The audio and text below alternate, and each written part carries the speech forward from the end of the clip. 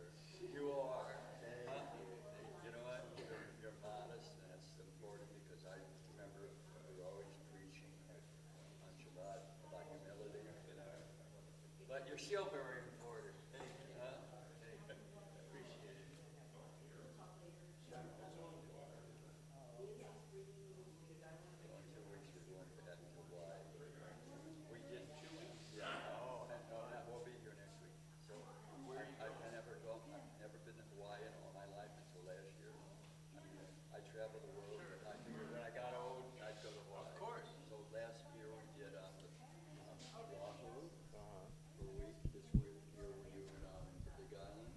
Very nice. And, we had a choice between the Big Island and Maui. Yeah, Maui's not ready yet. No. And Kona is beautiful, so you'll have a good time. So you can, well, if you could take off a week, maybe.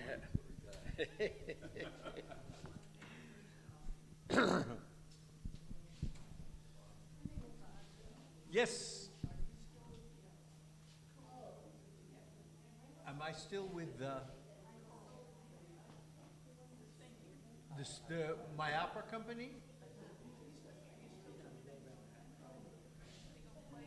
Yes. We have our next production, which is Johnny Skiki plus an hour of Broadway, is in March. Hello. Yeah. What is the production? Johnny Skiki. It's 1 hour. It's a comic opera by Puccini. We're doing it in English.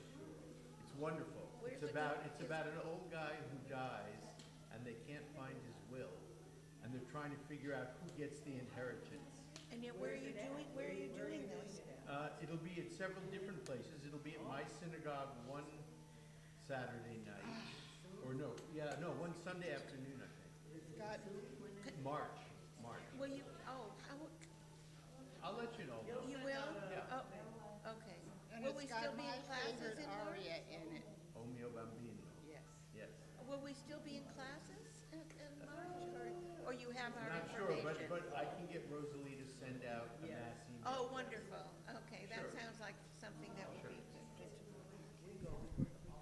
Okay, how about we get started, everyone?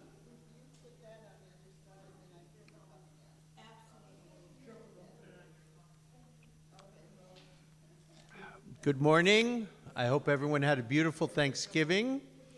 And while the rest of the East Coast begins to get blanketed in snow, we are enjoying a cool but lovely day.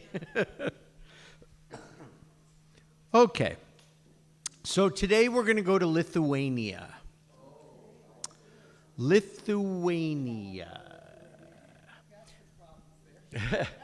And you'll see up on Lithuania,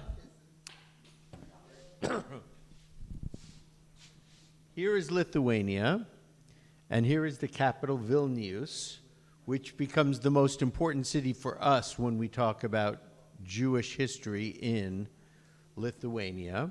And as you can see, it's part of the Baltic states, and so you can kind of get a sense of where it sits. And its fate is very much entwined with Poland over the course of history. So the first mention of Jews in Lithuania comes in 1388. 1388. So let's try to think for a second, based on what we have learned, where does 1388 sit? What's going on in history? So 1388 is about 100 years before the expulsion of Jews from Spain. 1388 is like 200 years or so after Maimonides. 1388 is 100 years before the Kabbalah. Lurianic Kabbalah will become very prominent in the 1500s. 1388 is a little over 100 years before the Protestant Reformation, before the printing press. Just so we have a sort of an idea, it is 1388 is 188 years after the First Crusade in 1100, right? So, yes. Very good. So it's sort of the late medieval period leading up to the early modern period, right? Very good. 1388, 120 years before the Renaissance. So, all right. So the Charter of 1388 grants privileges to the Jews of a city called Trakai, which is about 25 miles west of Vilnius. So if you go to the left about 25 miles, that's the first city where Jews are mentioned. And there are several theories about how the Jews got to Lithuania in the first place. And probably the three most prominent theories are, number one, they were part of the Khazar Khaganate in the 10th century. Who knows anything about the Khazars?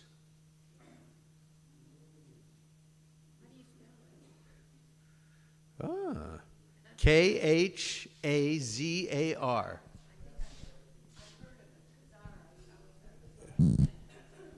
Ah.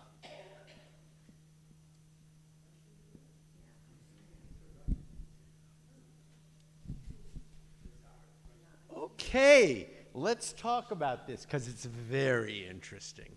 So we'll take a 5-minute excursus off to the side from Lithuania to talk about the Khazars. The Khazars were a group of Jews in present-day Azerbaijan. How did that happen? Well, what our tradition says is that the king of the Khazars converted to Judaism, and then the whole country, it was called a cognate, his kingdom, converted to Judaism. Now, that is all explained in a very famous book in our tradition called the Kuzari. Anybody heard that name before? Oh, good. This is a name we should know. The Kuzari. And the Kuzari speaks about several people, several different rulers who come to the rabbis and ask about Judaism. And the king of the Khazars is so impressed with the answers that he gets, he converts, and the kingdom converts. Now, this is a legend in our tradition. What's very notable about the Kuzari is that it is one of the few cases, when we talk about Jews as the chosen people, that gets to be a very sensitive and very sticky subject. Maybe you should have chosen somebody else, yes. That's what Tevye says, right? Why did you have to choose me? So when we talk about Jews as the chosen people, it becomes a very sticky subject. What does our tradition say? Yeah, God chose us. Yep, absolutely. That's what the tradition says. Black and white, the Hebrew is very clear. God chooses us to be his most treasured people. Yes. Okay, now that we know that that's part of our tradition, how do we, because we can't go around, we're better than you, our God chose us and didn't choose you, right? So, and we have been persecuted for centuries and centuries and centuries and centuries, and Christianity, part of their tradition is that they were the new chosen people. And so the reason I bring this up is because when we think about being chosen, many the Reform movement, the conservative movement, Orthodoxy, everyone has had to try to grapple with this question. One of the ideas from the Reform movement early on was that, yes, the Jews were chosen, but they were chosen for a specific mission in the world, to spread the Torah. The Greeks were chosen to do this. The Italians were chosen to do this. We're not better than anyone else. We just had a different mission from everyone else. Hold on. I'm going to get yelled at.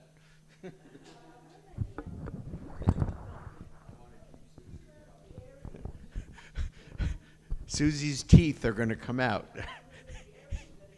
So what I understand it to be is that the Jews were chosen to be the light of the world.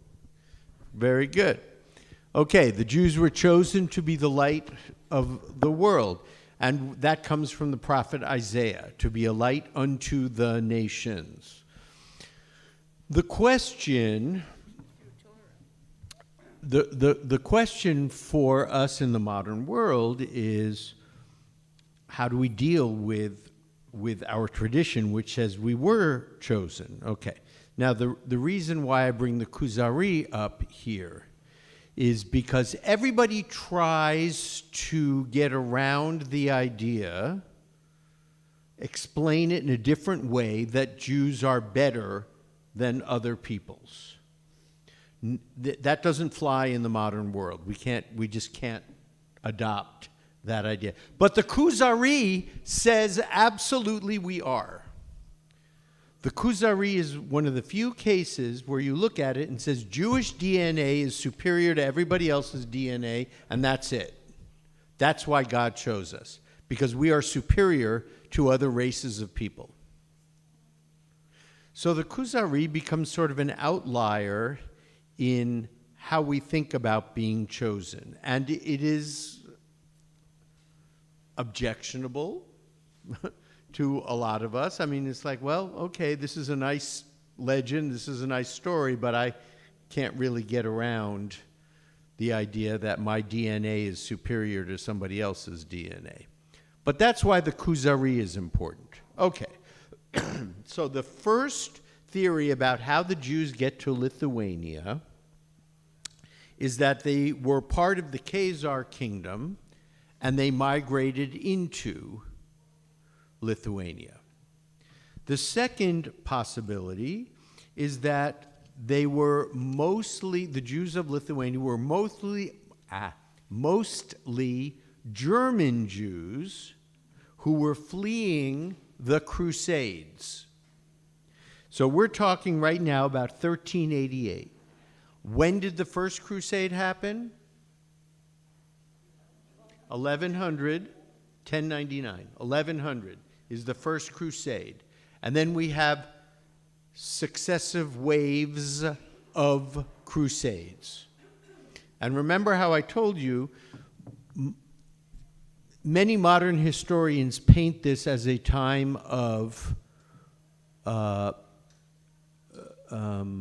uninterrupted grief and sorrow.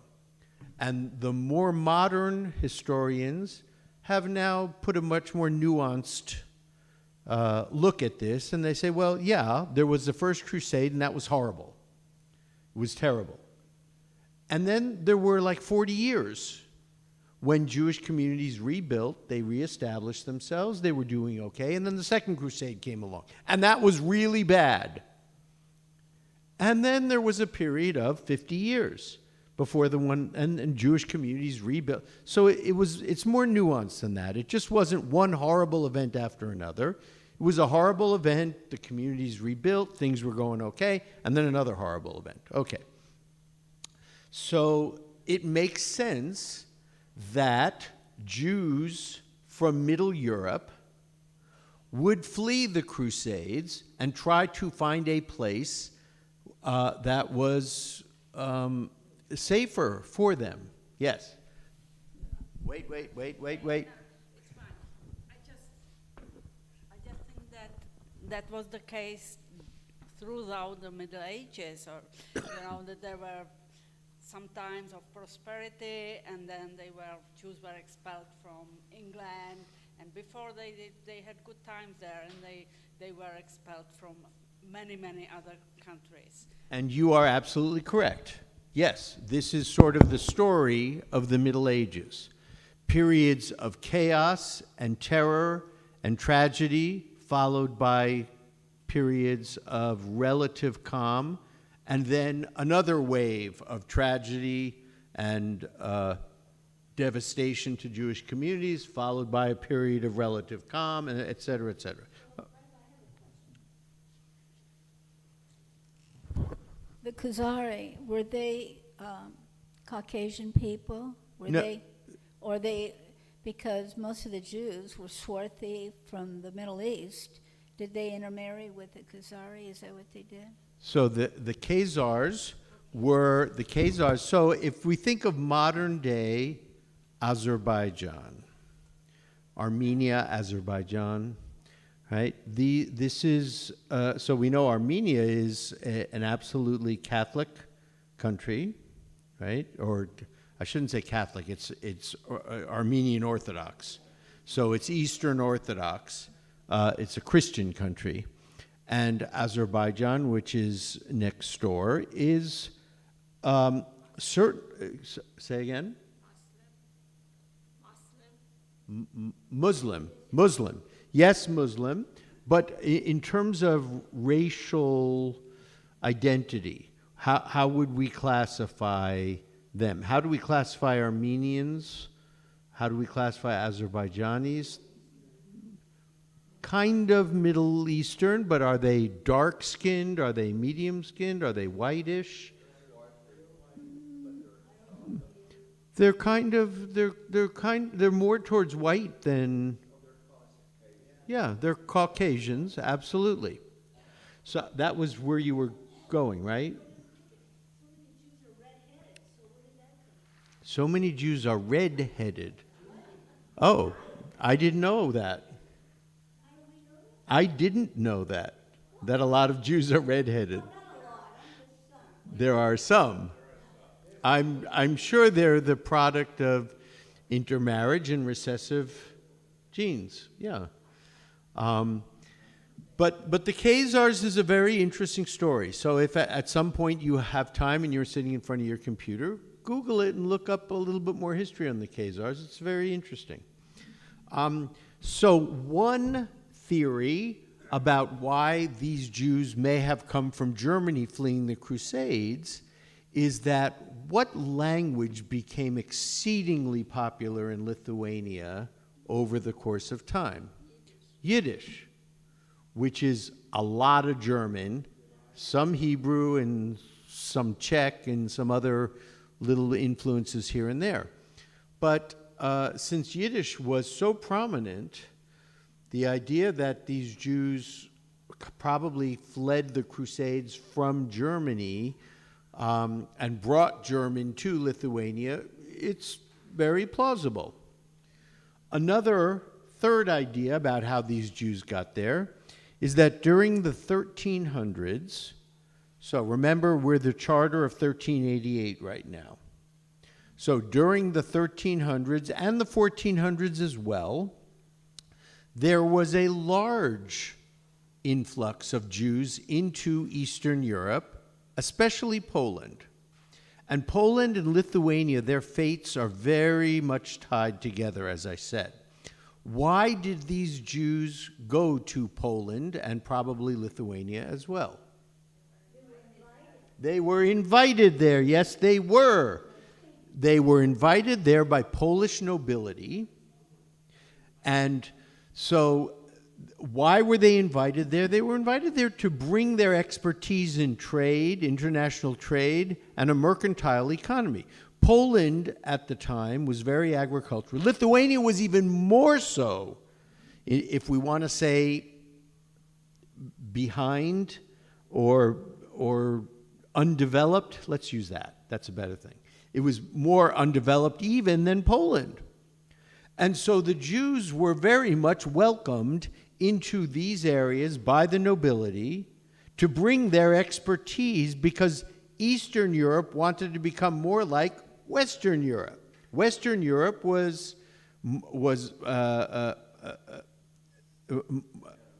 it had a mercantile economy. It was modernizing. It was more cosmopolitan. It was more affluent.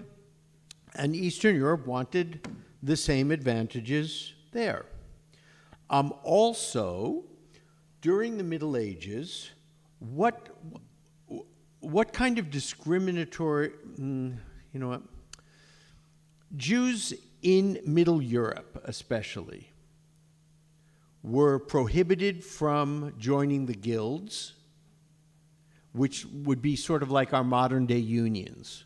and you needed to have that in order to work. There was also religious persecution, of course, but their lives, their working lives were difficult.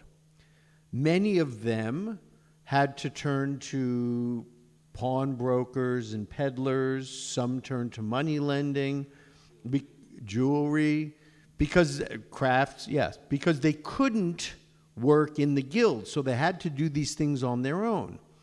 Poland and Lithuania didn't have that restriction for Jews. So they could create guilds, they could create unions, if you will, where they could thrive for their work lives. So it was advantageous for them to move from Middle Europe to the eastern half. Of course, it was very undeveloped, and it wasn't anything like the place from whence they came. But, all right, in 1495, unfortunately, King Alexander comes to the throne, and he expels the Jews. Why does he expel the Jews? Because he has a very big money problem. His kingdom doesn't have enough money. So, as we have seen in the past in other countries, the king expels the Jews, confiscates all their property, and uses it to enrich his purse, his coffers, right? Also reduces the debt he owes probably them. Yes, it reduces the debt he owes to them. So the Jews' property is confiscated, and their loans basically are put on hold. So they can't collect their loans anymore, and they are expelled. Where did the Jews go? Many of them went to Crimea, and many of them went to Poland. Now, what's very interesting during this expulsion is that there apparently was a fairly large Karaite community at the time in Lithuania. Karaite. We're going to go over that in a second. And they expelled the Karaites as well. Who are the Karaites? I love this class. Yes. Okay, good. That's right, Melinda. They are Torah Jews. Okay. All right. Now we're talking. See, this is great stuff. We have to know all about this stuff. Okay, who are the Karaites? The Karaites belong to a movement, Karaism, that was basically founded around 800 CE by Anan ben David. And what Karaism says is that it rejects the oral Torah. What is the oral Torah? It's the rabbis' interpretations. So basically, we could say the Talmud, as well as all of the rabbis' interpretations of the Torah. So, Karaites only follow the written word of the Torah. Originalists. Yes, originalists. Very good. Yes, yes, yes. And so Karaism became pretty popular. Saadia Gaon, before Maimonides, opposed it. Maimonides wrote against them as well. And for our purposes, what's very interesting is we have fundamentalist Muslims, for sure. And what fundamentalism means within a religion is that it is a group that follows the written word literally. Okay, we have fundamentalist Muslims, for sure. And we have imams within Islam that interpret the Quran very strictly and very with harsh consequences. We have Christian fundamentalists as well. We know that. They follow the Christian scriptures based exactly on what the scriptures say. Do we have Jewish fundamentalists? The answer is mostly no, with a tiny bit of yes. All normative Jews, that means Orthodox Jews, Hasidic Jews for sure, all people that we identify as Jews follow what the rabbis say. They're rabbinic Jews. Everybody except for 2, possibly 3 groups.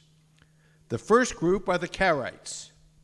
They are fundamentalist Jews. They only follow the written word. The second group are the Samaritans.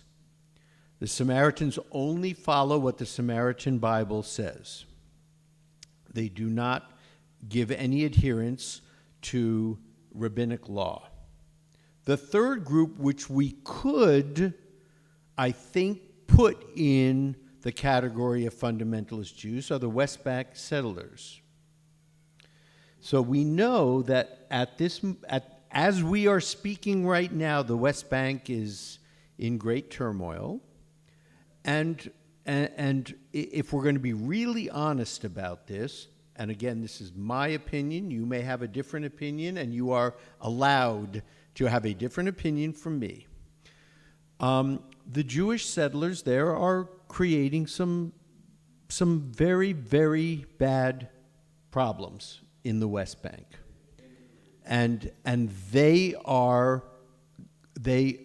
ideology comes from the Torah, the written word, and basically the rabbis' rulings are either very much suppressed or not followed at all. They will do what our tradition, our written tradition, says, rather than what the rabbis have interpreted it to mean. Do the Karaites and Samaritans still exist? Do Karaites and Samaritans still exist? Absolutely yes. Absolutely yes. There is a Samaritan population within Israel, as well as a Karaite. Yes. Okay, let me see here. Rabbinic Judaism, which regards the oral Torah codified in Talmud, Karaite Jews do not treat the written to Midrash. Exactly. But there's a population of where they are. Oh, thank you. Here we go. There are 40,000 Karaites in Israel. Yep. 1,500 in the United States, 481 in Ukraine, 346 in Poland, 231 in Kazakhstan, 215 in Russia, and 295 in Crimea. Do they dress a certain way? Would we recognize them? No, they don't have a style of dress like our Hasidic communities have today. They have their own synagogues. Sure. So while we're on this subject for a second, why do Hasids have a particular style of dress? Black hats, black coats. Why do they dress that way? Minhag, Minhag from what? from the style of dress that was in the 1800s, I think, from the Rebbe's that occurred at that time. Almost. Very close. Minhag means custom. So they adopted a style of dress that was similar to the Polish nobility at the time. The big hats, the black coats, etc., etc. And that became their custom in terms of dress. Yes, I Lana. wanted to make a point. Yes. Okay, I consider the Orthodox fundamentalists in that if you're talking about the Torah, they're not. But to their text, which is the Talmud or Shulchan Aruch, they are strict in that in that element. Of course, absolutely. So here, I will counter that by saying, I understand why you say that, but fundamentalism is a very specific idea. And in terms of religion, it has to do with following the written text only. So, Orthodox Jews of every strand, Hasidic as well as modern Orthodox, etc., are not fundamentalists. They are, as you just correctly pointed out, strict adherents to rabbinic law. That is for sure. They adhere to rabbinic law strictly. Like my neighbors, all the people on my street go to Shabbat. They are really very Jewish. And I think that they believe whatever's written. Okay, so the question is, well, what about the Orthodox? I mean, you have many who go to Chabad on your street, and they follow the rules very strictly. That is correct. It doesn't make them fundamentalists. It makes them strict adherents to rabbinic law. So basically, if we break this down very, very, very, very, very, very generally, if you are an Orthodox person in this world, an Orthodox Jew, it means that you take on yourselves the obligation that you must follow the rulings of the rabbis strictly. That's what it means. I'm an Orthodox Jew. It means that I put on myself the obligation to strictly follow the rabbi's writings. If I am a conservative Jew, if we look at technically what it means to be a conservative Jew, it means I put on myself the obligation to follow the rabbi's rulings exactly, except that some modifications can be made within the scope of halakha in order to exist in modern society. I can drive to and from synagogue. If you're in Detroit in February and you want to go to synagogue, walking to synagogue is like, I feel bad for the Chabadniks in Detroit. That's like no fun. Or Chicago. That's no fun. Or Cleveland. And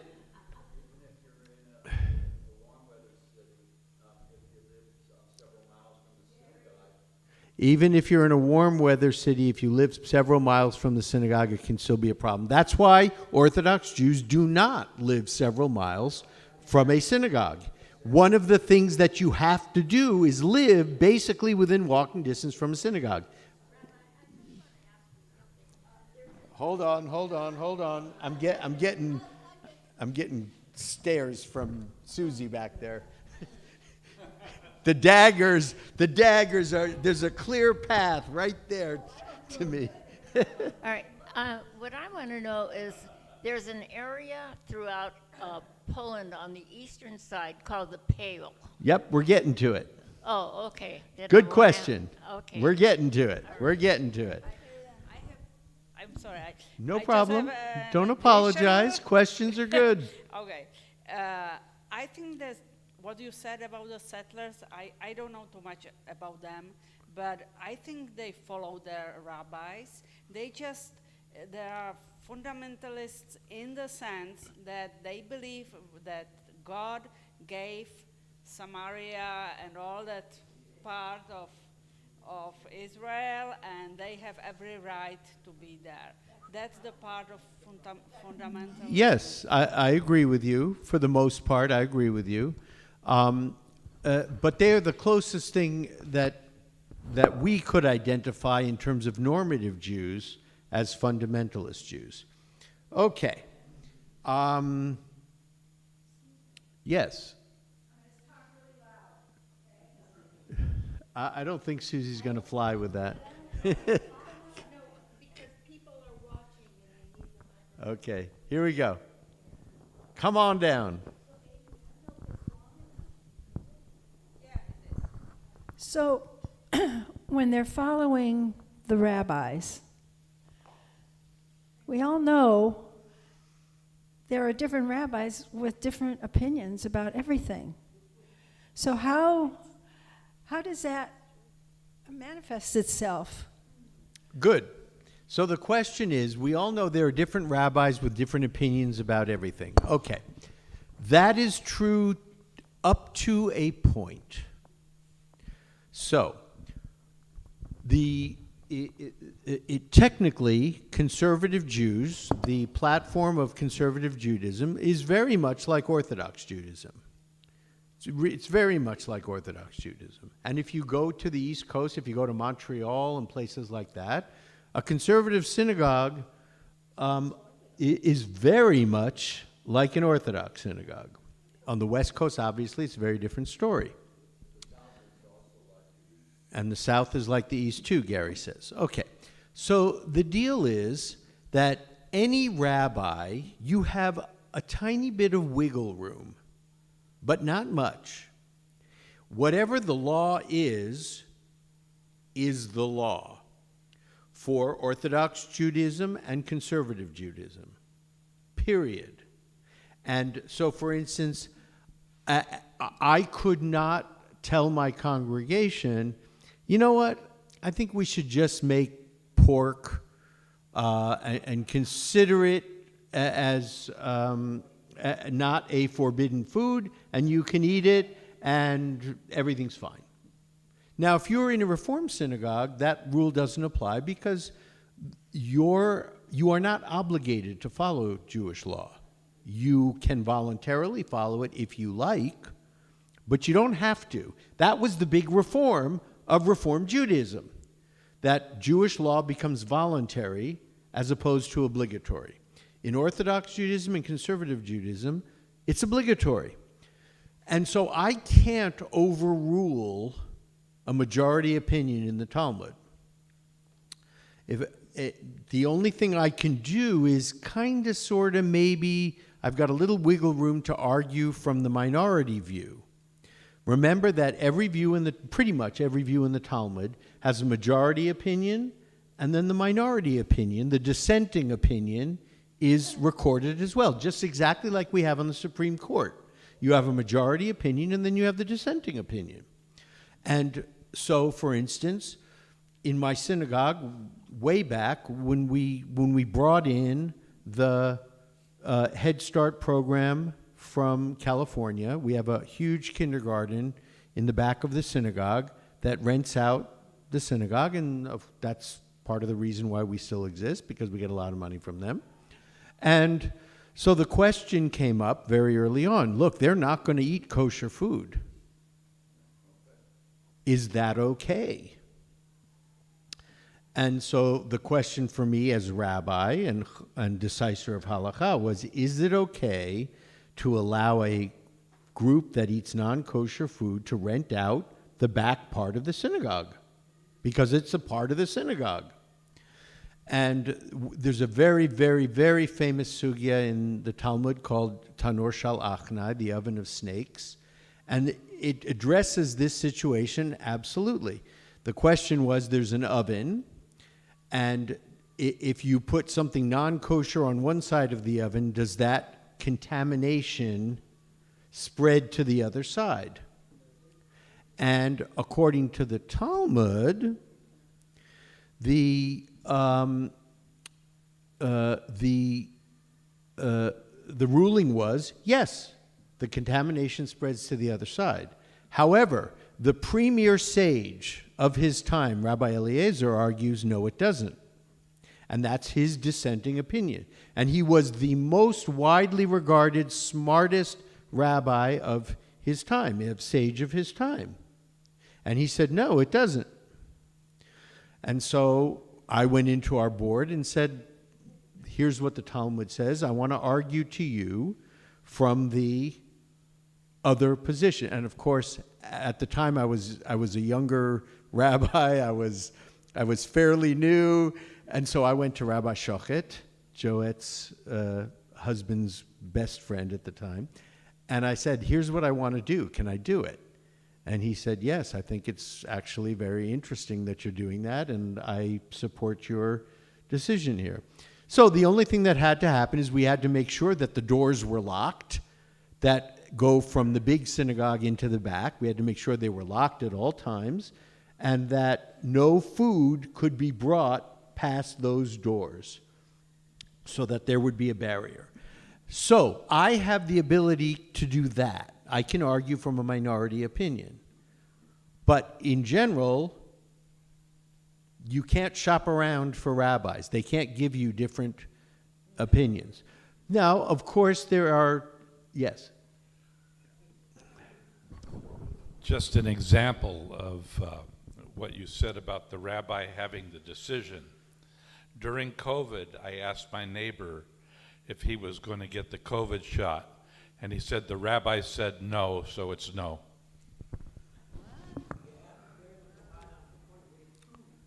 So this is very interesting. The rabbi says no to a COVID shot. And so what would the halakha say? The halakha says choose life. And if there is a demonstration scientifically that a particular vaccine can save life, then the halakha would be to take the vaccine. I'm not sure why the Chabad rabbi decided against it, but and so just to finish off very quickly, because we got the idea of, so for instance, in an Orthodox synagogue, if a certain person wants to marry a certain person and the other person is in a category like a mamzer that makes them unavailable for marriage to this person, the Orthodox synagogue will say, no, halakha says you can't marry. Conservative pretty much has done away with that. And of course, in Reform, it's voluntary, and that's not an issue anymore. But you can't shop around for a rabbi, basically. You could get a little bit of a different opinion. You would get a different opinion from an Orthodox rabbi and a Reform rabbi. That you would. Do I have to keep kosher in my marriage? Yes. No. Okay. But what's really important in this discussion is that in Islam, you absolutely can shop around for the imam that gives you your opinion, because Islam does not have a homogeneous interpretive tradition. We have the Talmud and Midrash, and that's what our interpretive tradition is, and everybody follows it to some extent or another. Not so in Islam. You can go to the imam who interprets the Quran the way you want it interpreted.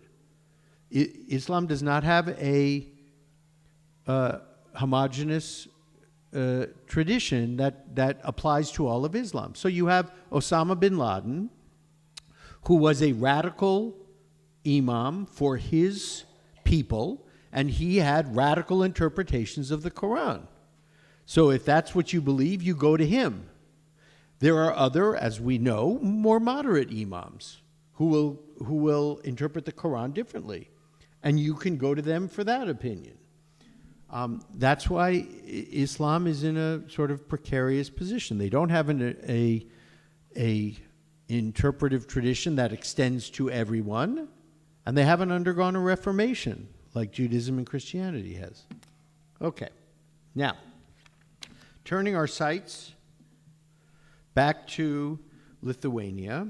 So the people went to Crimea and Poland after they were expelled in 1495. They were allowed to return in 1503.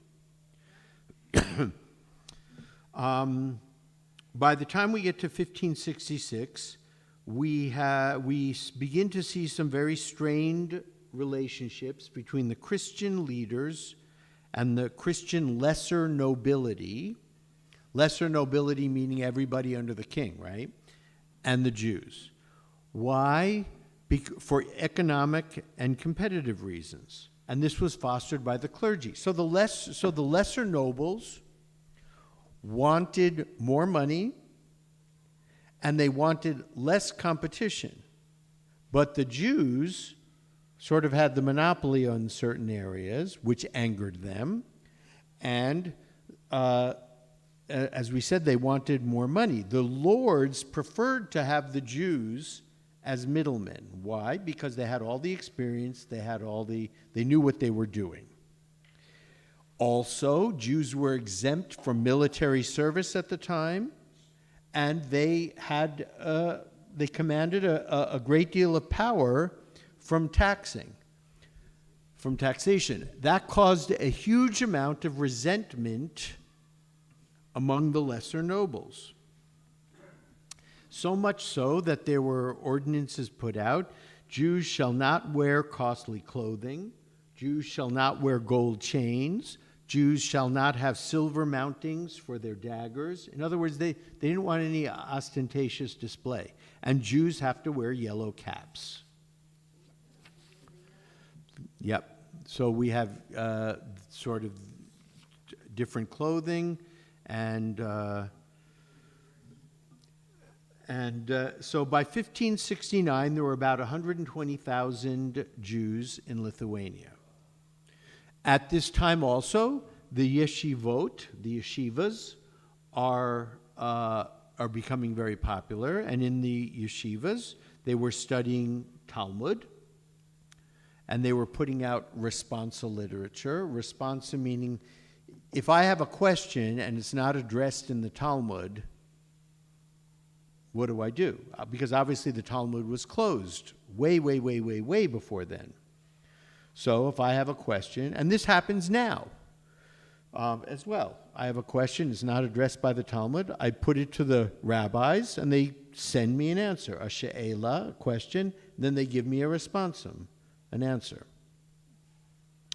And I'll finish with this today. So probably the most famous of these during this period was a rabbi named Moses Isserles, who lived in the Polish-Lithuanian area, and he wrote a very important gloss on the Shulchan Aruch. Remember, the Shulchan Aruch is the law code written by Joseph Caro around 1500 in Sfat in northern Israel, and it basically broke down and said, this is the law, this is the law, this is the law, this is the law. We don't need to go through all the discussions. These are the laws. And it became very popular. And it's in use today by the Orthodox community today, the Shulchan Aruch. The problem with it is that it was written by Sephardic Jews for Sephardic Jews, or written by a Sephardic rabbi for Sephardic Jews. So during the laws of Passover, Sephardic Jews eat rice and beans and legumes, and at that time, Ashkenazic Jews did not. So what Moses Isserles did was he wrote a whole commentary on the side of the Shulchan Aruch that said, this is what the Sephardim do, but we Ashkenazim do this. Because if you're living in Poland in March for Passover, March, April, right, rice and legumes are not they're not there. It's still cold, and it's just starting to thaw out. Potatoes, that's what you have.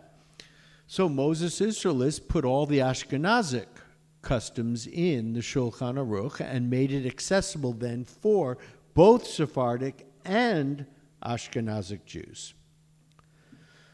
Okay, so we are now at the end of the 1500s, and I'll pick up next week with the 1600s in Lithuania. All right, everybody, have a beautiful week. Nice to see you all, and we pray for more hostages being released safely. Please God. This is so wonderfully interesting. Oh, thank you. I'm hoping you're writing a book, as I'd like to have it in a book form. Are you going to write a book On these things? like this whole history? Or can you recommend, are there any books already out like this? That's a good question. I don't know. You should write it. Thank you. I want I'm Have you starting to ever- have write you my ever done- dissertation now, so I'm kind of, Oh. I'm kind of bogged down for the writing, No. but thank Oh, you. yeah, well, maybe one day you'll do it. And maybe sometime before the class is over, you could give us some recommended reading. Okay. Because I'm not taking notes, but Sure. I think it's just fascinating what Sure. you're. Thanks. Yeah. Have you noticed that the Ukrainian Christians are moving towards Rome now? I haven't noticed that. They are celebrating the Roman Christmas, not The Eastern Orthodox. Oh, really? Yes. Oh, how interesting. Yes. Okay, fine. Interesting. They're a I'll little have bit to more look that up. fundamentalist than you think, because so many don't believe, so many don't believe that in the Orthodox believe that the world is exactly 5,784 years old. I had one rabbi say, "Oh, Noah was the first carpenter." You know, I mean, there's a belief system underlying it that is more fundamental than you know. And they're in my family now. Thanks. Yeah. Ray, Rosalie said she could, said she could, okay, probably set up the projector for next week. So.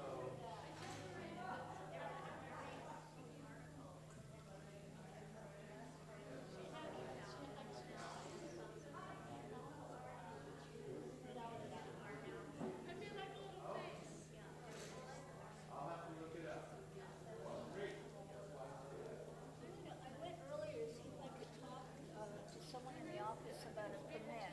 Maybe, are you leaving now? Maybe we could go.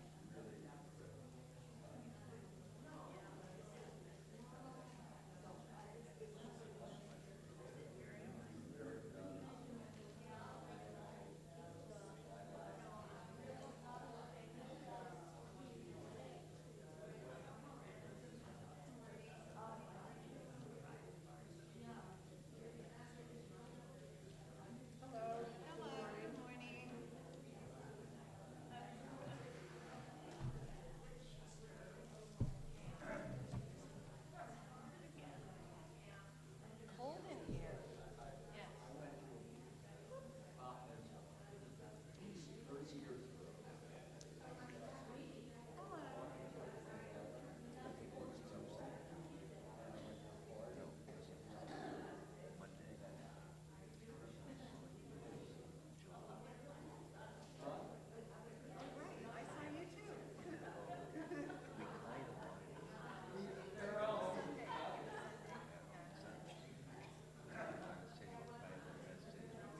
I always gain something listening to his stuff.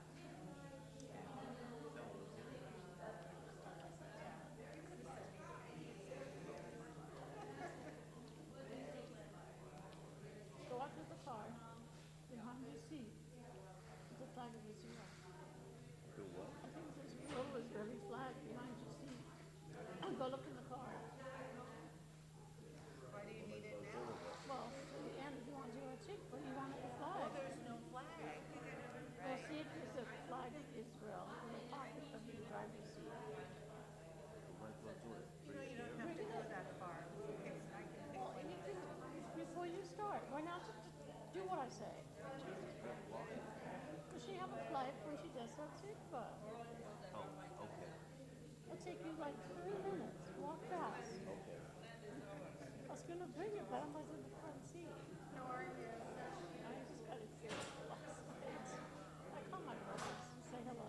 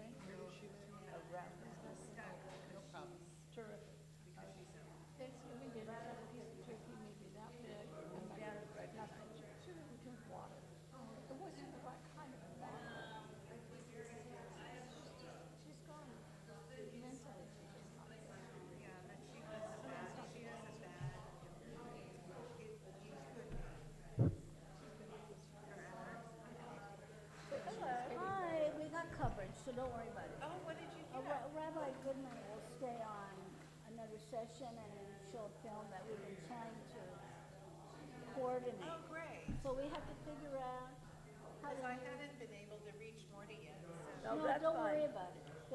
We already took Great. care of it. Okay. It's my fault that I didn't tell you earlier, because we're going away, so we didn't get. It's fine. It's We're okay. fine. We'll work it out. Thank you.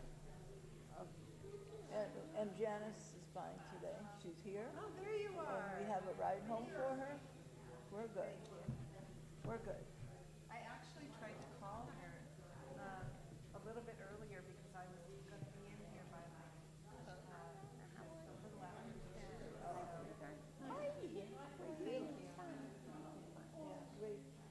My belt's been on my chain.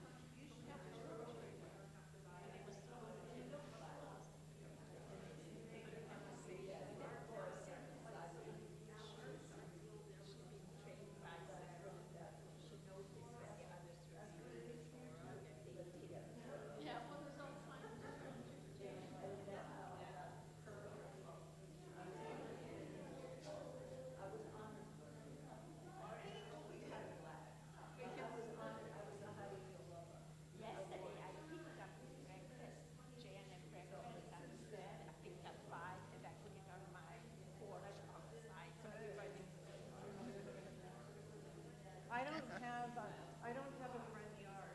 We have a driveway, so I can't really put anything out there because I have a neighbor on one side and a neighbor on the other side of the driveway. But I've been trying to figure out how to put something there. Then I have awkward, so I put everything That's great. in flower pots, so it's standing. And All you right, know, what trying time to is get it? Let's see. 11:02. Oh, it's time, it's time. Welcome, Good morning, everybody. Let's get started.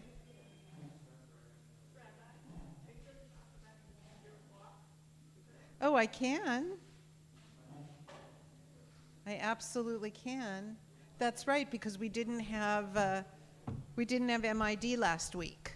So, Thanksgiving. Good morning, good morning, good morning. It's so nice to be back together with you. I actually really missed everybody last week.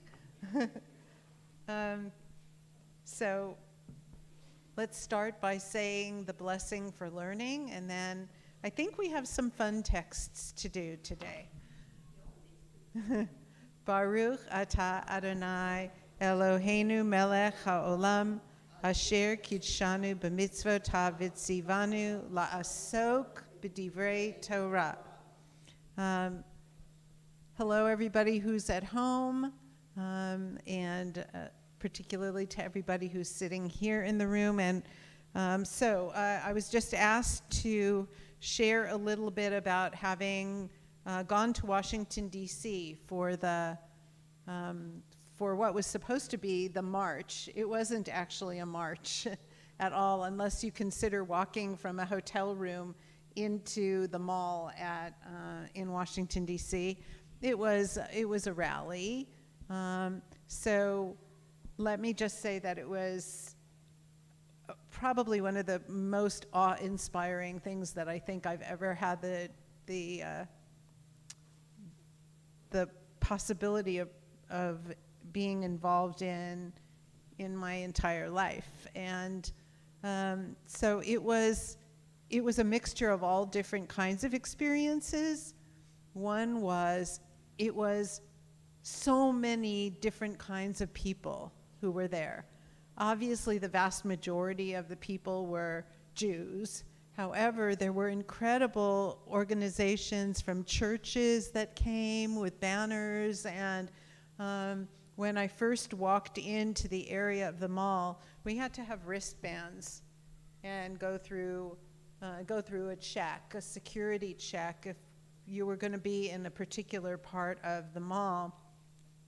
But once I walked through, there was this church group just standing there with their pastor with all of these wonderful signs, which, we stand with Israel signs, which were just so nice. There were numerous ones like that. So I walked up to the group and I said, thank you so much for being here. And the pastor said, there's nowhere else we should possibly be. This is where we should be. A lot of the churches that came were evangelical churches of one kind or the other. I think that I didn't interact with, but I think I saw a couple of Catholic groups. But we heard one of those pastors speak early in the morning before we went to the mall. And then, of course, if you watched any of this, there was a pretty famous pastor speaking during the march itself. But what the pastor said to me there was, would it be okay if I gave you a hug? Because this means so much to all of us. So I said, sure. And then moved on to another place. So it was a combination between, probably if you were at home, it was easier. Because when you're talking about nearly 300,000 people, and you're standing, even when you're near the front of something and you're standing and you're trying to watch a stage, it's almost impossible to do that. So most of even though we were in an exclusive area, most of what I saw was on a screen. And there were so many people and people walking back and forth that basically from 10:30 in the morning until 3:30 in the afternoon, I was standing in one place, no seats or anything like that. So from the perspective of being there, but lest you think I'm kvetching, I am not, because it was so amazing to be so squashed in that group. And people walked back and forth and it was annoying, but then we thought to ourselves, Cantor Aronoff and I, how can we possibly be annoyed about people walking back and forth and not having room? This is amazing. So we heard all of those speakers.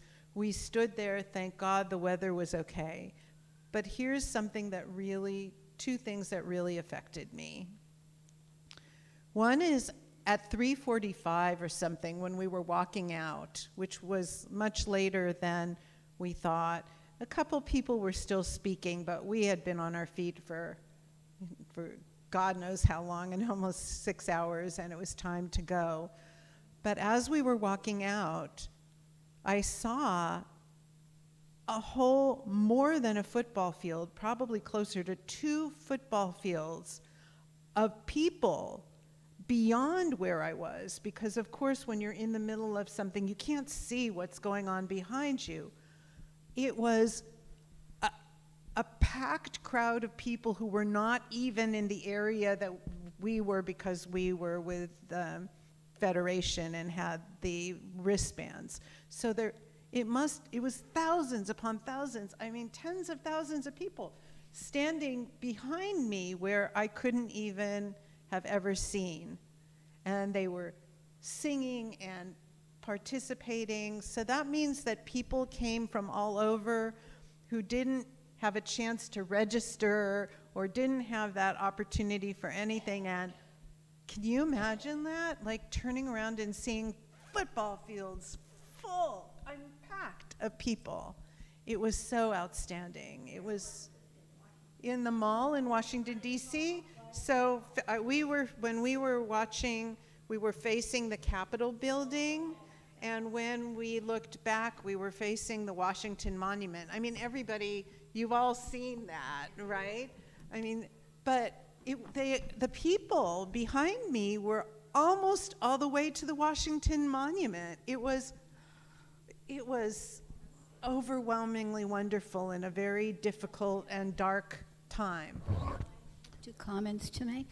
It was sort of reminiscent of the I Have a Dream, with Martin Luther King Jr. and his presentations, and you saw how many people were there. And so this was very reminiscent, and I think it was well planned out.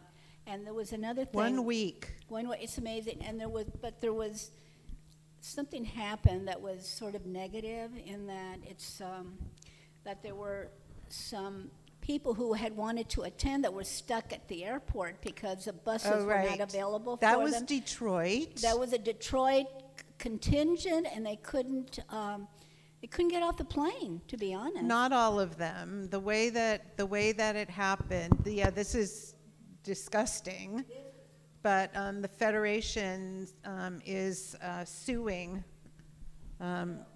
They are. 3 plane loads of people came from Detroit. They chartered planes. They landed in Washington, D.C. Does everybody know this? No. They landed in Washington, D.C., and they had arranged for buses to come to pick them up at the airport. If you're on a charter plane, you don't go through TSA security. You don't go through anything, but that means that you have to exit directly from the plane into your transport vehicle that's taking you away from the airport. So you can't just get off the plane and go wait in line for a couple of hours to get a taxi or an Uber or something. You have to have that all set up. So they arranged with a bus company to come and pick them up, and the people driving the bus, most of them called in sick. They were refusing to drive people to the march. And so they were able to find Ubers, taxis, different kinds of ways of getting to the march for, I think, approximately 1 of the plane loads of people. And the other 2 had to turn around and go right back to Detroit. So obviously the community, the Jewish world community, is not taking that lying down, and so we'll see what happens. The last thing that I want to say is something better, though, which is we walked down the streets of Washington, D.C. draped in Israeli flags. That's what we were wearing. That's what we wore when we left. And there wasn't a single person who said anything bad to us. Not a single car where somebody screamed at us or, did something obscene. Nothing, absolutely nothing, the whole way that we were walking. And when I got back to the hotel where I was staying with Cantor Aronoff and Amy and Harold Mazur, I walked into the hotel, and immediately a person who worked at the hotel came up to me and said, "Did you just go to the march?" And I said, yes, that's where we're coming from. And she said, not Jewish. She said, God bless you. I wish I wasn't working today so that I could have gone. And then 4 more people in the hotel stopped me to ask how it was and to say that they supported it. And so I think we have to remember something, and this is my takeaway, besides the absolute, I don't know, overwhelming feeling of something positive in a very, very, very bad time, was that we shouldn't pay as much attention to the news as we do. To the news as we do, particularly with regard to things. I don't know about any of the rest of you, but I think most people are not anti-Semites, and everything we experience is negative. And look, you know, there are synagogues that have been defaced, and it's worse. It's absolutely worse. But you have to look around you and say that the vast majority of people that you encounter just don't feel that way. So I'll close with this. I have a friend that I went to junior high school with who lives in Florida. Not a Jewish person, who wrote to me, who sent me an email and said, I want you to know that you're not here, you're not just alone, that there are so many people who support Israel and who support what's happening and are just absolutely astoundedly angry about the things that are happening in our society, but you should never think that you're alone. And I don't talk to her all the time, but she wrote this volume, and she also wrote, and people are very stupid, because if they don't realize that they need to stand up against this, even if they're not Jewish, they're stupid, because it's not just coming for Jews. Because these things could start with you, but they don't end with you. And the people who are doing this have other motivations. And I thought that was really wonderful. And I served as a community chaplain in Northern California, 8 different hospitals for a number of years. One of them was a Catholic hospital, and I also got an email from a priest that I have not seen in 10 or more years, who wrote something very similar and said that their community stands with Israel and the Jewish people. So don't believe everything that you read. Don't believe everything that you read. Yes?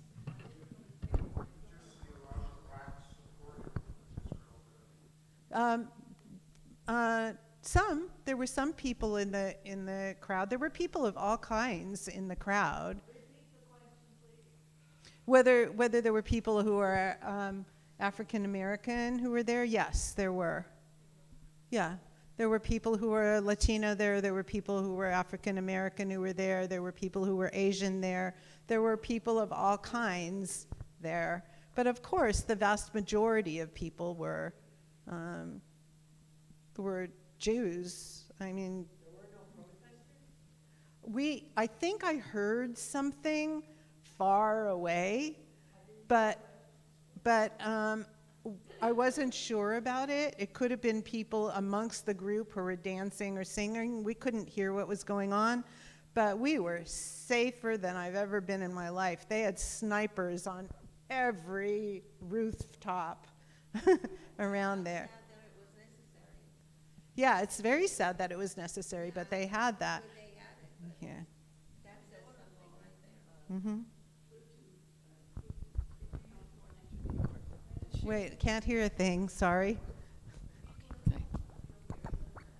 My daughter-in-law flew from California to New York and was part of that. And my grandson left college in Ohio also to attend. So we were very, Yay very for proud of you, them. that's great. Yes. You should be very proud. Do you mind handing the mic to the back there?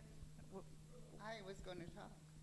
I was Okay, holding but it was a waste of I'll give a it back. passing. Okay. As for news media, those of you who never would think of watching Fox News, they are supportive of us. And it's important to hear both sides of a story. And if you're only watching regular media, you're missing out on a whole lot of stuff. Thank you. Wait, okay. My comment is, because you say don't pay attention to the news, and I disagree with that.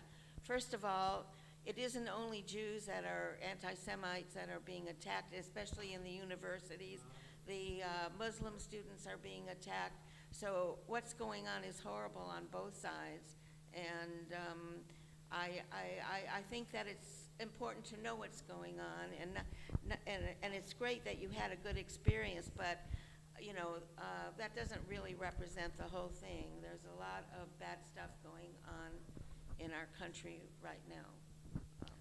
I'm sorry that you misunderstood me. I didn't mean to say that people should never listen to the news.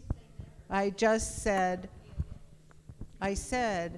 you can't, let me do it a different way. You can't internalize that everybody is against you by what you might hear on the news. News is by design sensational because that's how they get people to listen. So there are a lot of things that happen below the surface that are never transmitted. So that's why I'll say, go ahead, you say your thing, and then I'll say, and then I'll go on to texts. My grandson goes to the New School in New York. He has encountered tremendous amount of anti-Semitism, Palestinian, what do you call it? Rallies. Rallies all over. He went to Washington, 5.5 hours by bus, and 5.5 hours back the same day. So I was so proud that he was there, and I agree with you completely about the sensationalism of the news. They only show the worst things and they don't show the good things. And to that idea, I have on my phone, it's called Israel's Good Stories. And it's all the good things that are happening in Israel and around the world, the support of Jews. So let me add something. This is what I wanted to end with. We had a person here, was it just a week ago, Joel Chasnoff, who's a comedian and who is also a writer. He's American Israeli, and it was a wonderful event. But once a week he does, as the two of you can attest, once a week he does a wonderful Zoom about the reality of day-to-day life in Israel, and we learn different things than what we learn when we're watching the news. So if anybody is interested in that, I will send what the links are to Susie and Rosalie, and you can, oh, there's his book, yeah. It's Israel 201. It's upside down. You've got it upside down. Israel 201. He's wonderful in that he is direct, honest. Like, for example, during his show, he said, it's not easy to live in Israel and to go through these things over and over again. But what he said was that it's very hard to find communities like the one in Israel, where they all stand up and help each other. They just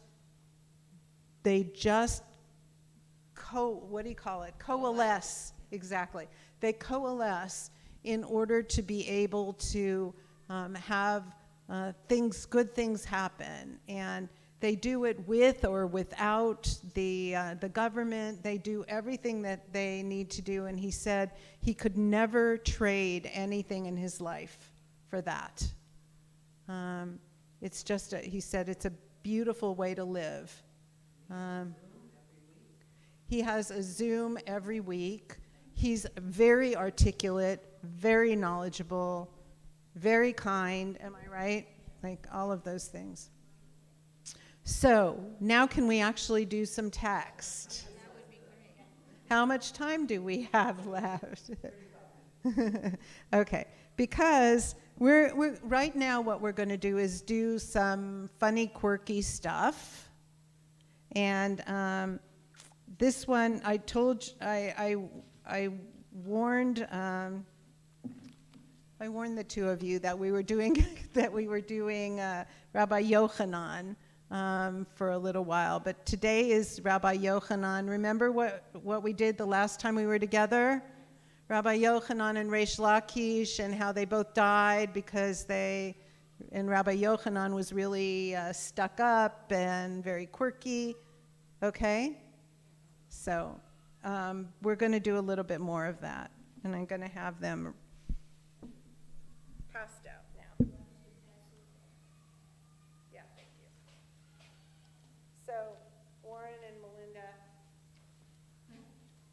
this is the last one we're doing that you may ought to give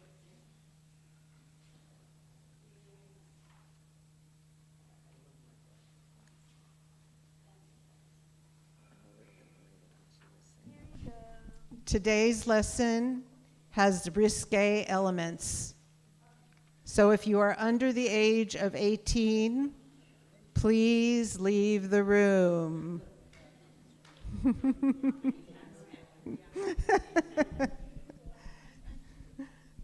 So just so that, don't read it yet. That's my pet peeve. Did I tell you the story about the ministers and the priests? And the texts? Okay, so put it away. Okay, so I love it. Jews never pay attention to what anybody says. I was teaching a class on Jewish sexuality in the Talmud to a group of priests and ministers.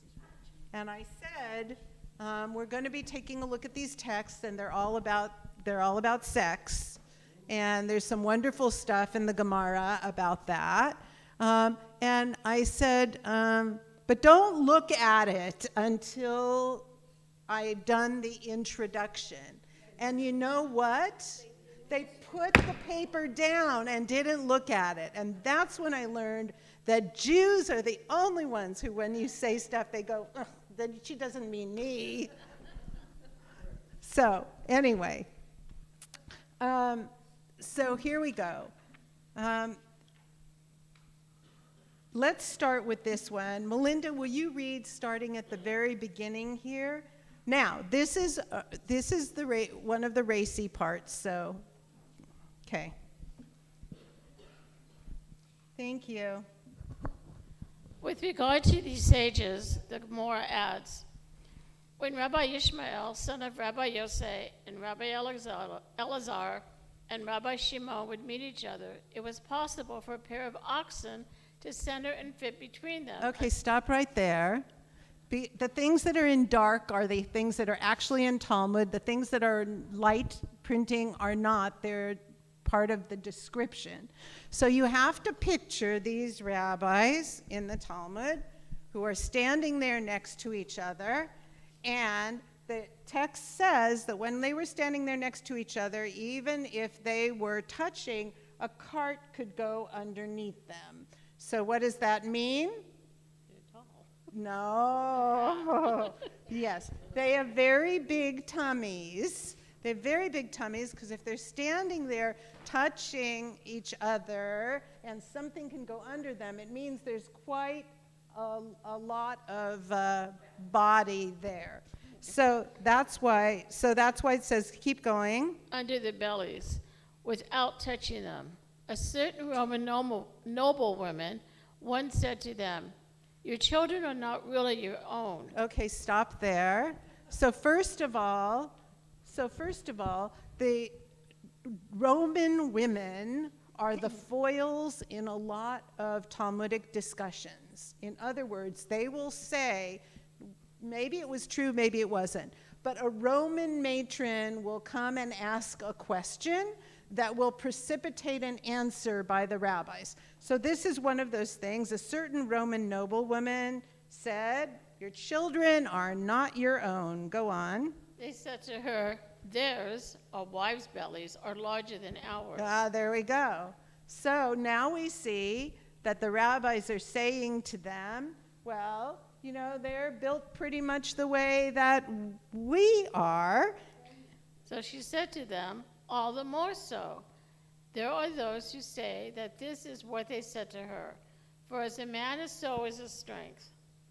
Our sexual organs are proportionate to our bellies." Okay, so here we are. And the Roman matron says, well, all the more so, it's going to be really hard for us to figure out how you're having children if both of you have those kinds of bellies. But then the rabbis say, well, it's all about, you know, your power and your prowess. That's what does that. So now keep going. There are those who say that this is what they said to her. Love compresses the flesh. Okay, so when you've got motivation, nothing can hold you back. Okay, go on. The Gemara asks, and why do they respond to audacious and foolish questions? That's a good one. Before you go on to that, if you didn't read it yet, why did they respond to her questions? Only those of you who didn't cheat and read ahead. Why did they respond to the matron's questions, even though it was insulting? That means every one of you already read this? So why did the rabbis say that? For whoever knows. They were insulting their children. Right. If they don't respond to that Roman matron, then they've got a problem because she can take her tails wherever she wants to, saying these are illegitimate children. And so go on just a little bit. The Gemara answers. They answered her in order not to cast aspersions on the lineage of their children. Okay. Did you read the part about answer not a fool according to his folly? Can you go backwards a little bit? And why did they respond to her audacious and foolish question? After all, it is written, "Answer not a fool according to his folly, lest you will also be like him." Right. So generally, we would all think that way. If somebody says something really inappropriate, the best thing to do is not to challenge them. The best thing to do is just to ignore them. But you can't do that when you're talking about this. So let's see. Okay. So read the next line, and then the Gemara answers. They answered her. No, the Gemara continues because you already read that one. The Gemara continues discussing the bodies of these sages. Okay, here is where we are going to get something very interesting. If you got the Talmud, just the Talmud, not what we have on Sefaria. Sefaria is, by the way, a great place on the internet where you can go and find any Jewish text. but they put in the cheating parts of it. So what I'd like you to do, Melinda, is read without the light parts. Okay. Okay? Rabbi Yochanan said, organ of Rabbi Ishmael, son of Rabbi Yossi, of a jug of 9 kav.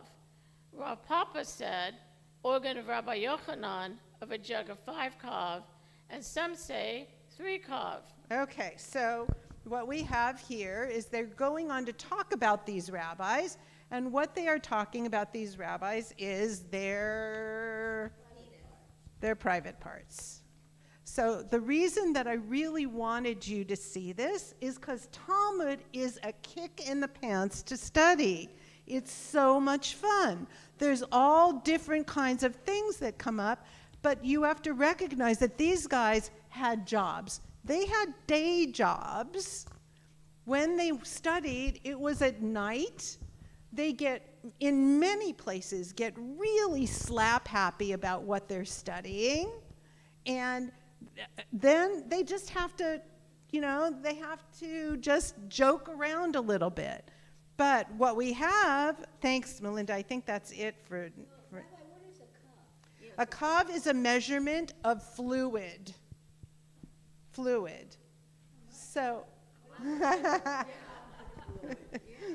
I don't remember exactly what it is. Now read it with the whole thing, Melinda.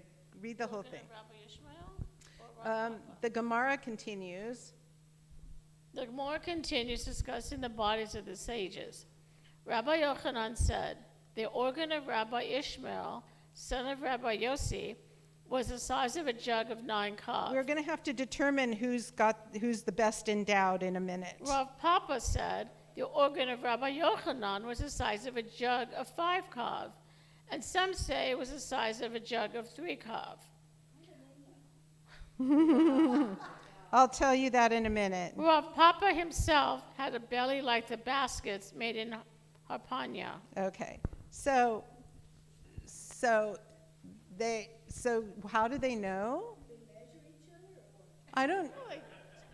Okay, I've never been a guy, but I know that people in high school, they go and shower in the gym, right?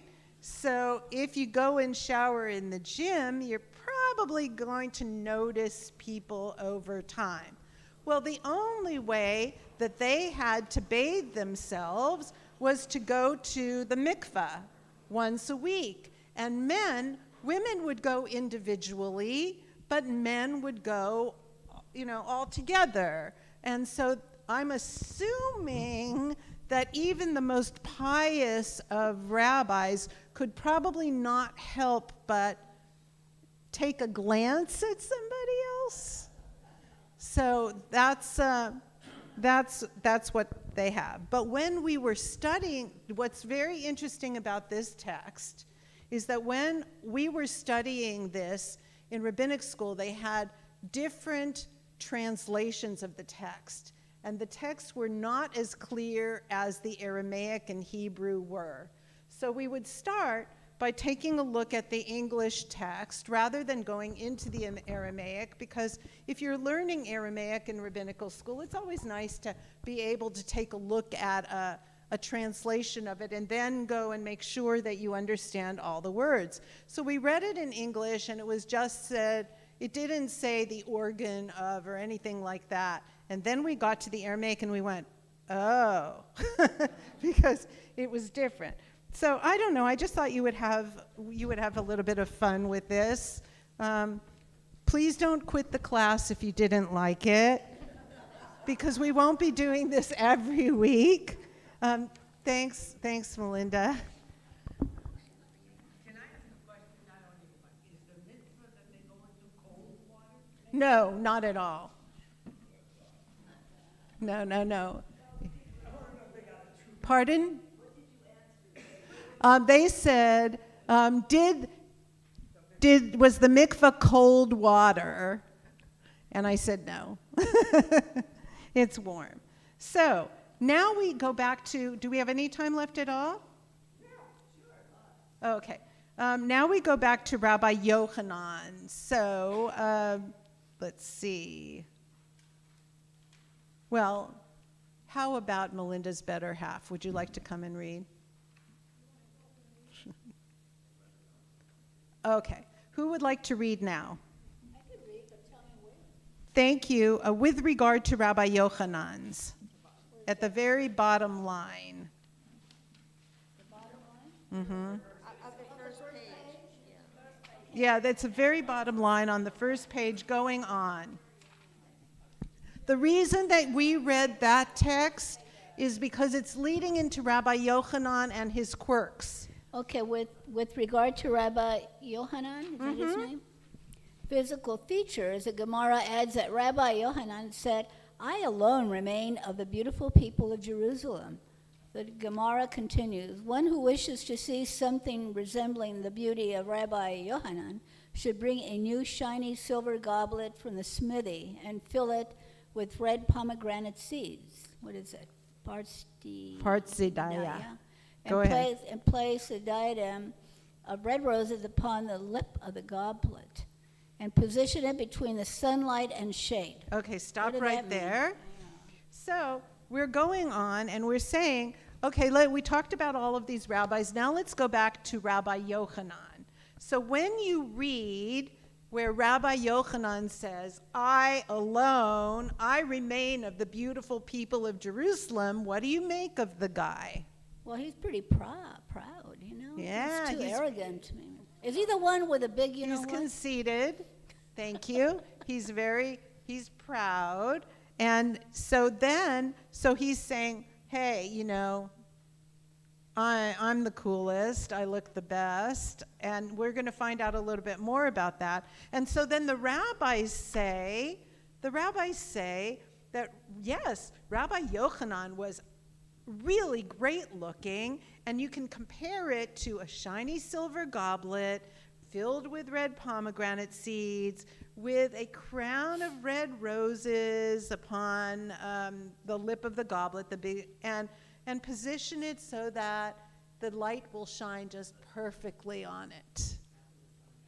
Half in the sun, half in the shade.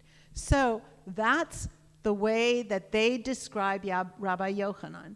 Do you remember what Reish Lakish said to Rabbi Yochanan when Reish Lakish jumped into the Jordan River when he was a gladiator to steal Rabbi Yochanan's purse?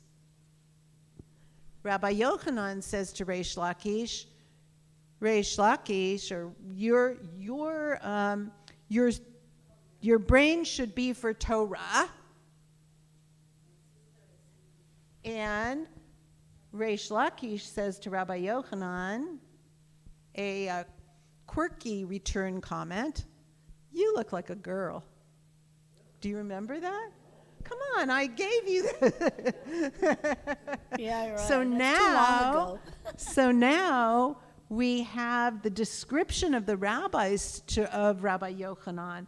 He thought he was gorgeous, but the way that they describe him is with a smooth, shiny face, with probably red lips and cheeks. You know, that's the way that they're describing him. So now, what? And he probably didn't really have much of a beard. So now, if we put together what we read before, even though we don't remember it, and then with this, then what we have is, Rabbi Yochanan probably was smooth-cheeked and really good-looking, but from a kind of a different perspective. So the luster is a semblance of Rabbi Yochanan's beauty. So Rosalie, get up some more, and That luster? the Gemara asks. Oh, the Gemara asks, is that so? Was Rabbi Yohanan so beautiful? But doesn't the master say the beauty of Rav Kahana is a semblance to the beauty of Rabbi Abahu?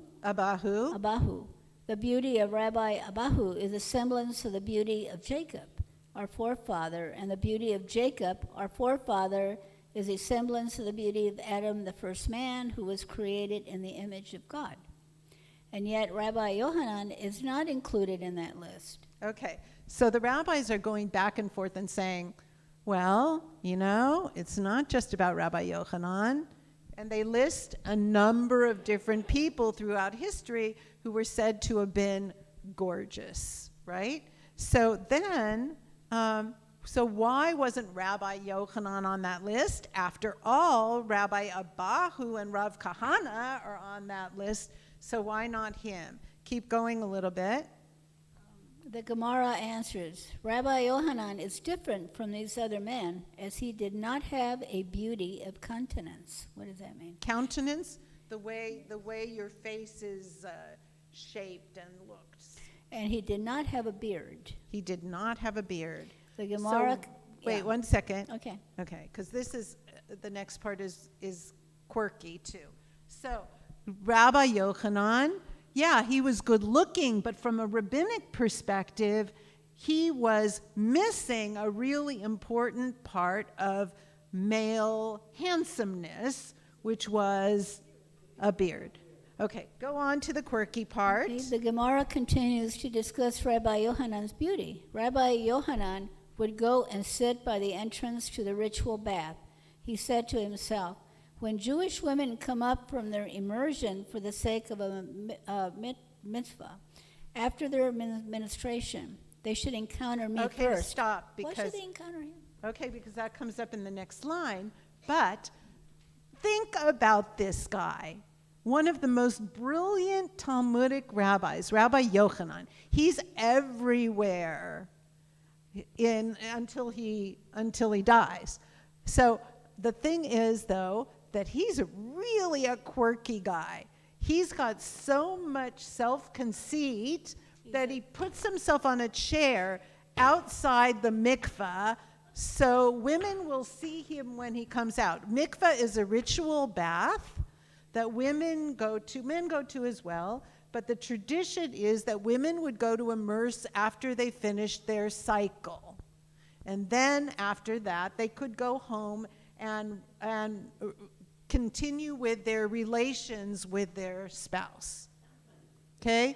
So he's sitting there waiting for these women to come out of the mikveh because he knows they're going home to procreate.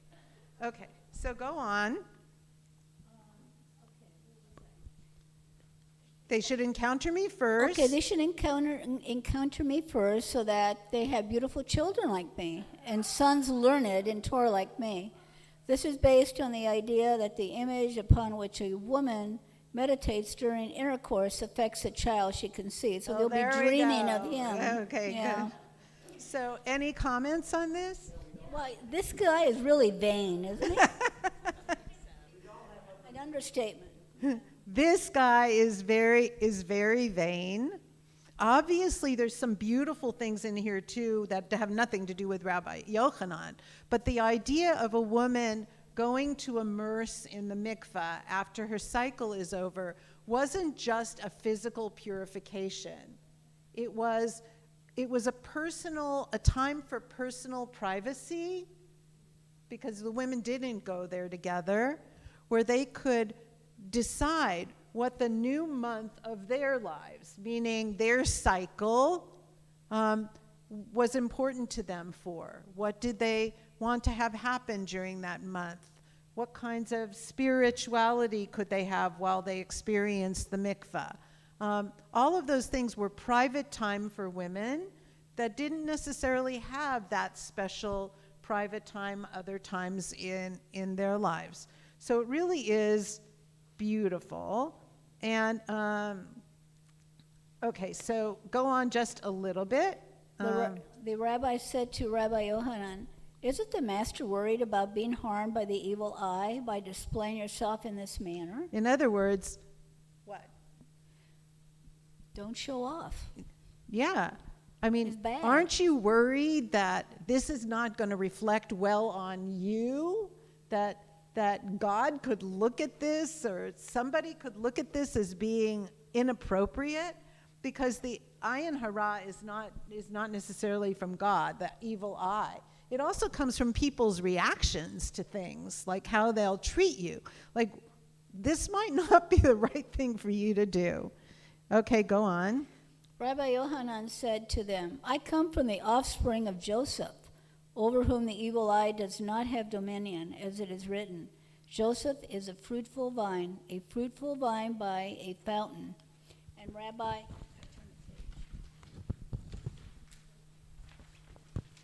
And Rabbi Abahu says, do not read the verses saying by a fountain, rather, Which, if you see in Hebrew, was alei ayin. ayin. Rather read it as those who rise above the evil eye. Olei ayin. ayin. Joseph's descendants are not susceptible to the influence of the evil eye. So he says So he's Rabbi not- Yochanan manages to do all kinds of things that are really not socially appropriate in the midst of not very much time. He's sitting there. First of all, he's saying, I'm beautiful. Second of all, he's sitting there outside the mikvah. Third of all, he says, no, these things don't affect me because I'm of higher quality than that. I come from the family of Joseph, and, we never have bad things happen to us. But we know, because we already read the story, that that wasn't true. That things happened to Rabbi Yochanan as well, but precipitated by some of his self-aggrandizement. Yes. No, I was also struck by the language here that he. Close to your mouth. So yeah, it's on, but just hold it closer. Oh, okay. I was also struck by the language here where Rabbi Yochanan, is that how you say his name? Says that after seeing him, while the women are having intercourse, they should be meditating upon him, fantasizing about the last face they saw. I thought that was But Rabbi, don't some women do interesting. that anyway? They fantasize, we have all these celebrities or Yeah. So I guess Rabbi Yochanan was the celebrity of the time. Pass it after. No, you can go first. And then. Yeah, if I read my Bible correctly, we're all descendants of Joseph. We are. I think he thought of it as a closer identification somehow.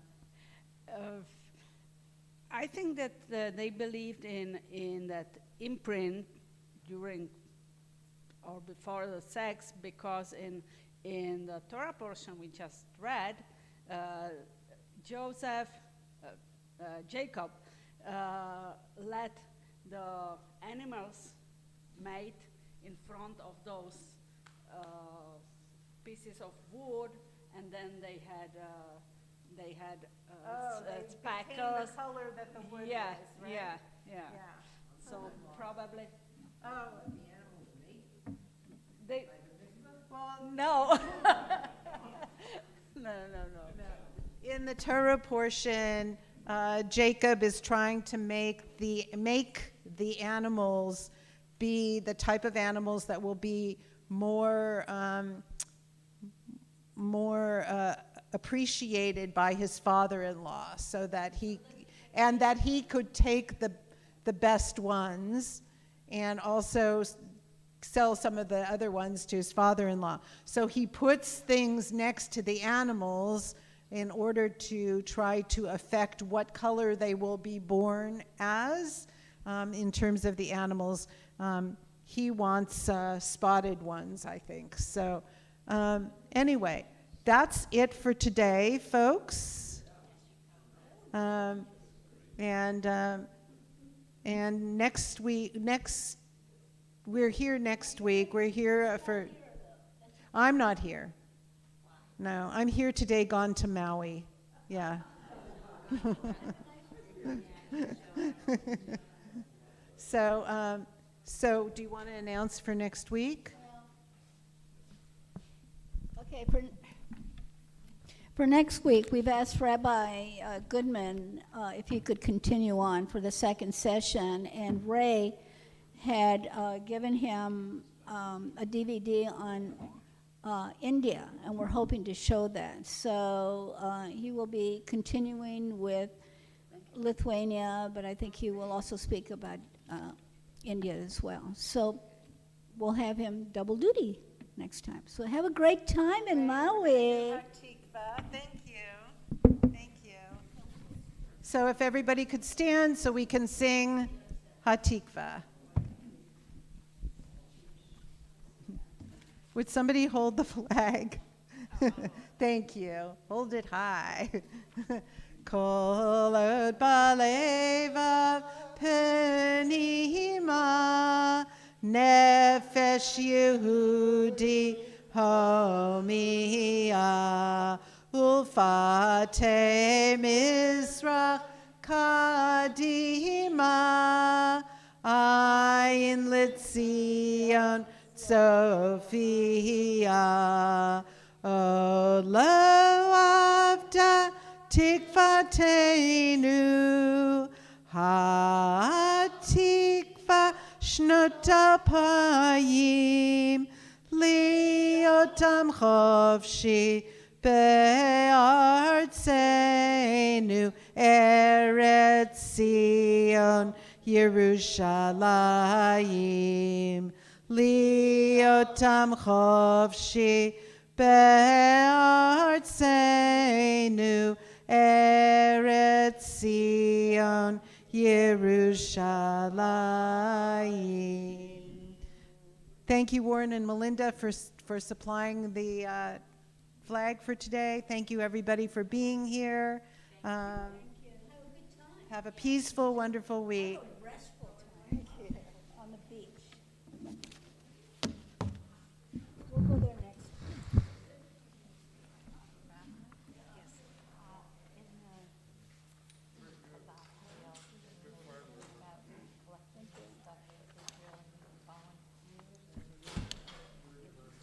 Yes. We haven't had it in the weekly, so there are a couple of different ways to do it. Oh, by the way, where did you get this little star? Years ago. I'm trying to find a little star for my daughter. Anyway, there are different ways you can do it. We put up, I think that there's a website where you can go on to Amazon and buy some things. They get supplied to the woman who sends them on airlines to her father in Israel, who delivers them to whoever needs it. So whoever needs them. However, you can do the other thing as well. We wait till she gets enough goods because she can't just keep going, having people keep going to the airport. So Elkie Aftergood, do you know her? Okay, I'm gonna put her, if you write down your information, I'll have her get in touch with you. Okay. Because you can decide to go with somebody to the airport when they fill the documents, when they fill it out. No, they don't. They fill it in her house. Then people volunteer to take it to the airport. They have an agreement with Ella that if people who are getting on the plane are willing to hear about it, and be willing to take responsibility for one luggage, they don't have to do anything. The people are there waiting for them, but they have to get on the plane. Then it only costs $50 for each duffel bag instead of more as just goods there. So a member of our congregation went, 2 members of our congregation went, and they did this about a week ago. And they said it was one of the most meaningful things ever. They went to the airport, they explained it to people getting on the El Al flight, who said, yes, we'll see this as one of our luggages. And then one girl who was going back to school in Israel now, her parents paid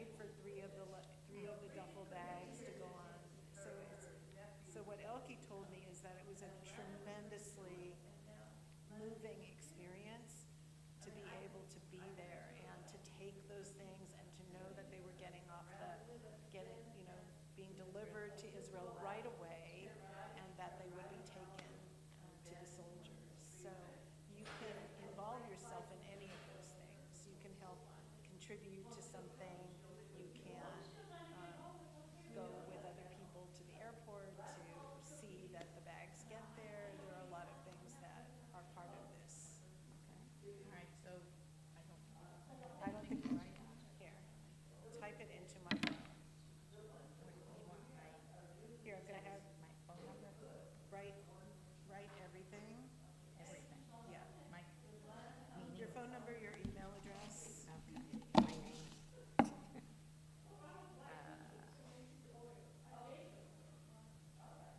We will be doing something a little the same, but a little differently, because Cantor Aronoff's nephew is in a brigade that needs some specific things.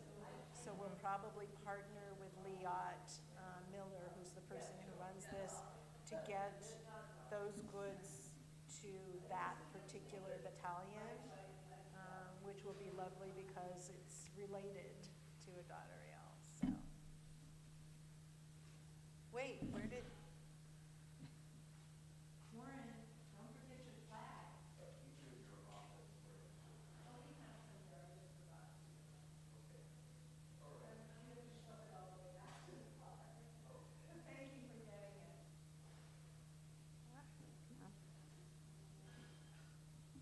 I'm the worst at this. Take your time.